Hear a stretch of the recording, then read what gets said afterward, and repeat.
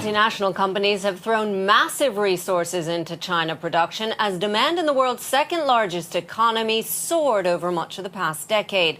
But what happens now that China's economy shows signs of slowing and Europe looks even less promising? Well, joining me now, Dr. Martin Brudermüller. He's vice chairman of German chemical firm BASF. Thanks very much for being with me. Now, you're actually based here in China. That's a sign of how big your business has been there. But with the slowdown that we're seeing, how much is it affecting your business?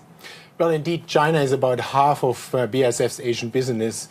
And the first half of this year, we have indeed also feeling the slowdown. We have not seen any volume growth basically in the first 6 months.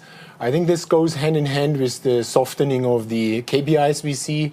As BASF is a supplier of chemical materials to almost all manufacturing industries, we correlate quite nicely with industrial production. You have seen IP slowing, you have also seen the PMI slowing. Actually, the numbers don't really get together well. We have seen on the side of our customers that the order pattern is rather short-term oriented. They order less material but more often.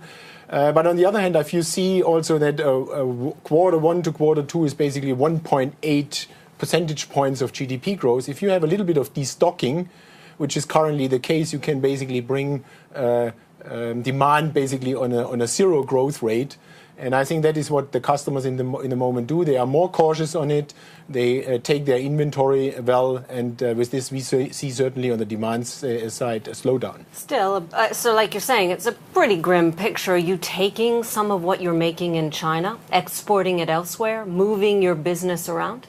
Well, you see, I think this is more a short-term effect. We at BASF do long-term planning, strategic time horizons of 2020 and even beyond.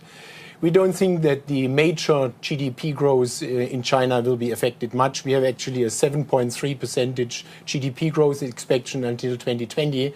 So in our terms, you have long-term assets. They work 30, 40 years, and you have to think long-term. So you're not scaling back in China at all? No, we don't shift resources, anything. We execute our strategy as it is. You were going to have another joint venture with Sinopec. Is that going to go ahead?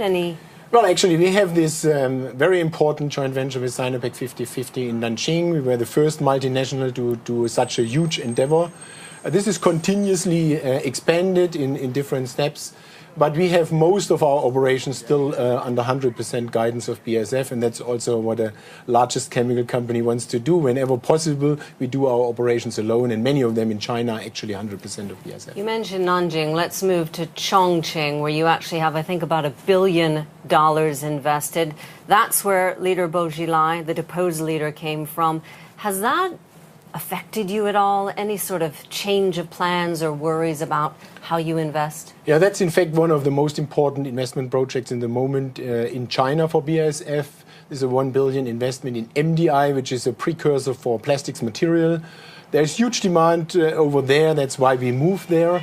It is, by the way, also a 100% investment of BASF. And indeed, I think the Chongqing government was very smart and very professional in placing and advertising to get FDI into there.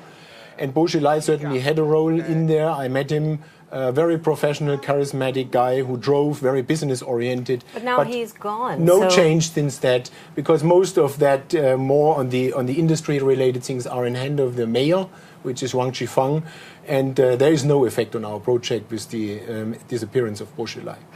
Just a final question. In terms of how you work in China, obviously spend a lot of time there. We have a leadership transition coming up. What really worries you? What could happen in China that would take you out of there?